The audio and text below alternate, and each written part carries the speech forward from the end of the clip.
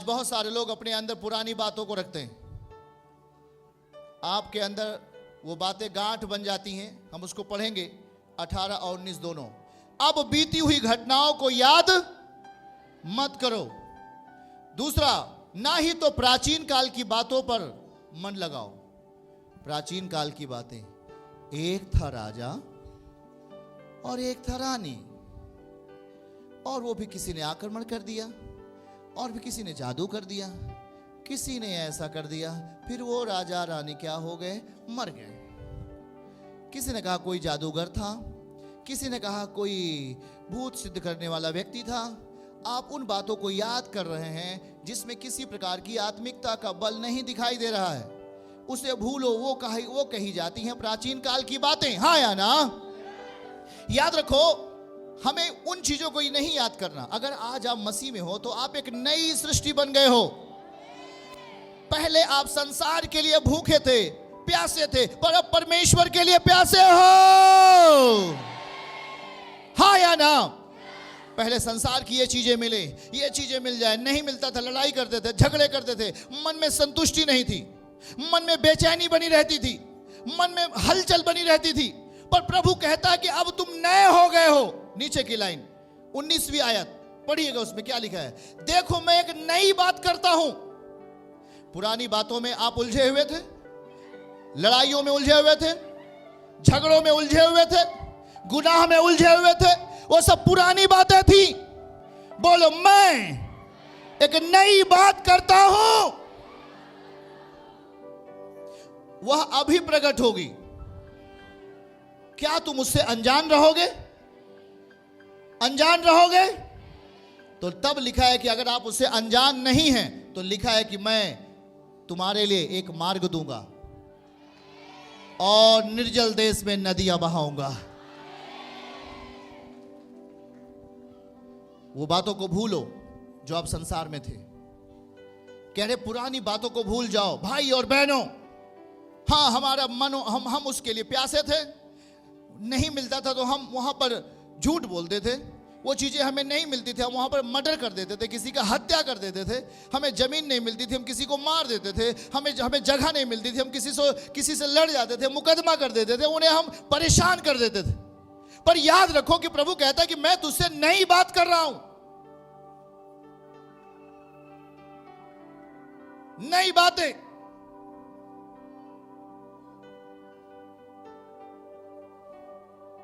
और ये नई बात कह रहे अभी प्रकट होगी। हाथ उठा के बोलो, ये नई बात है जो अभी प्रकट होगी। पुराना जीवन था, हम किसी गुनाह के पीछे थे, पाप के पीछे थे, बेविचार के पीछे लोग चल रहे थे। वो पुरानी बातें थी, उसे भूल जाओ। बगल वाले का हाथ पकड़ो, उसे भूल जाओ। भूलो, 3 बार बोलो, भूलो। और जब आप पाप की बातों को भूलोगे तो क्या आएगा? पवित्रताई। जब बुराई की बातों को भूलोगे तो क्या आएगा? भलाई। उसे कहा कि मैं एक नई बात कर रहा हूं, अब तुम्हें प्यासा होना पड़ेगा मेरे लिए। अब आपको प्यासा होना पड़ेगा मेरे वचन के खातिर। और जब आप उसके वचन के लिए प्यासे होंगे, पहले किसके प्यासे थे आप? गुनाह के लिए, पाप के लिए, थोड़े से आनंद के लिए आप गुनाह पाप करते थे, मारपीट करते थे। वो एक प्राचीन काल की बातें थी, वो पुरानी बातें थी। प्रभु ने कहा कि उसे स्मरण मत करो। लाइएगा उसे स्मरण मत करो, उसे भूल जाओ। मेरे भाई और बहनों, उन बातों को भूलो जिसमें दम नहीं है, जिसमें आत्मा का बल नहीं है, उसे भूल जाओ। उसमें कोई ताकत नहीं है, उसे भूल जाओ। और जब आप उसे भूलेंगे तो प्रभु कहता है कि मैं अब नई बात करूंगा तेरे लिए। जब तक आप पुरानी बातों को नहीं भूलेंगे, आपके लिए प्रभु कोई नई बात नहीं करेगा। याद रखना इस बात को। इसीलिए कई ऐसे लोग आज वो शैतान के हाथ में चले गए। क्योंकि उन्होंने चाहा कि मैं दुष्टता की बातों को भी याद रखूं और परमेश्वर की बातों को भी याद रखूं। नहीं हो सकता, दोनों एक साथ नहीं हो सकते। पवित्रताई और अशुद्धता एक साथ नहीं रह सकते। आपको भूलना पड़ेगा हर गुनाह को। इसलिए आज मसीहत में बहुत सारे ऐसे कई लोग हैं जो जिसका सेवकाई वो नहीं कर सके, जो विश्वास की आत्मा में नहीं टिक पाए। कारण यही था कि उसने दूसरों की बुराई किया। उसने दूसरों की बुराई की। उसने कहा वो अच्छा नहीं है, वो बेकार है, वो गंदा है, वो सही नहीं है।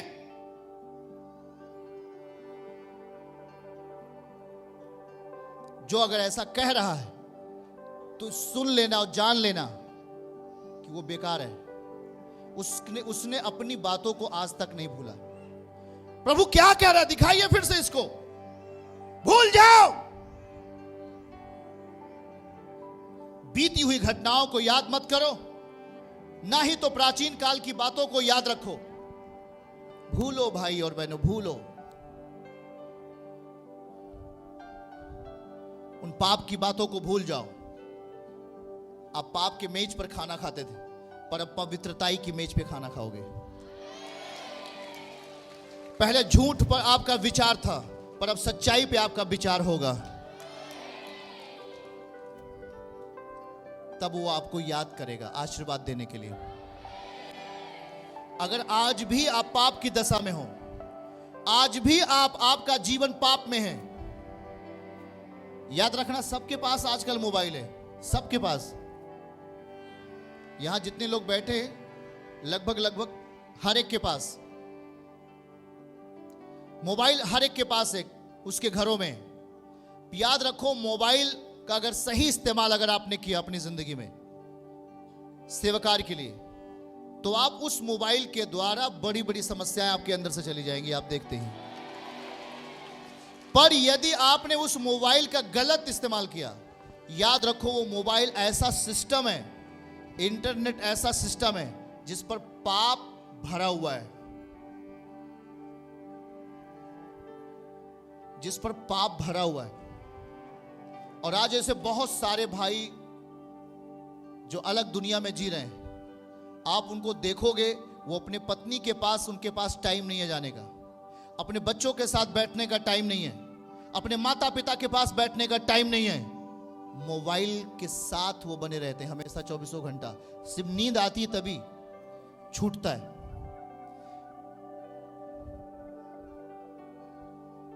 फेसबुक और यूट्यूब, याद रखें इस बात को आपको समझना होगा। इसलिए कंट्रोल आपको अपने जीवन में लाना होगा।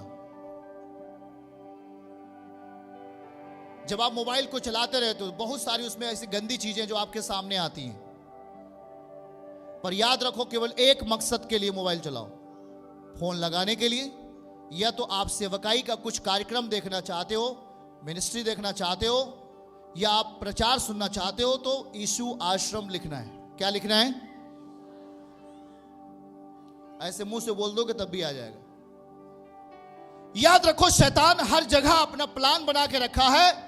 अज्ञानता के कारण बहुत सारे लोग शिकार होते हैं, क्योंकि आप जैसी मोबाइल को ऑन करोगे, फेसबुक पर शैतानी रूहें बहुत सारी चीजों को लेके आती हैं आपके सामने, बहुत सारी गंदी गंदी चीजें आपके सामने आती हैं। पर याद रखना प्रिय भाईजनों, हमें अपनी आत्मा में बलवंत होने की जरूरत है। हमें अपनी आत्मा में बलवान होने की आवश्यकता है, क्योंकि जो नेट में फंस गया वो फिर दोबारा वापस नहीं आएगा। इतना याद रखना, जो एक बार इंटरनेट में फंस गया वो कभी दोबारा नहीं आ सकता, उसका जीवन बर्बाद ही हो जाता है। इसलिए प्रभु यहां पर कह रहा है कि हर वो चीजों को भूलो अपने अंदर से, जो पुरानी चीजें हैं, जो जड़ पकड़ी हुई आपके अंदर, जो आपको पाप की दशा में लेके जा रही हैं, जो आपको गुनाह की दशा में लेके जा रही हैं, उसे भूल जाओ। प्रभु कहते हैं मैं एक नई बात करूंगा।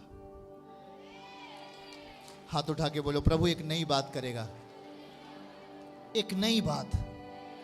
धाराएं, प्यासी भूमि पर धाराएं बहाएगा, बहाएगा। कह रहे प्यासे हो जाओ, हमारे लिए नई चीजें आएंगी। वो कह रहा मैं अब नई बात करूंगा। वो आपके लिए नई बात तभी करेगा जब आप पुरानी चीजों को क्या करोगे, हर बुरी चीजों को क्या करोगे, हर बेकार चीजों को क्या करोगे, भूल जाओ। और वो आज से आपके लिए नई बात करना शुरू करेगा।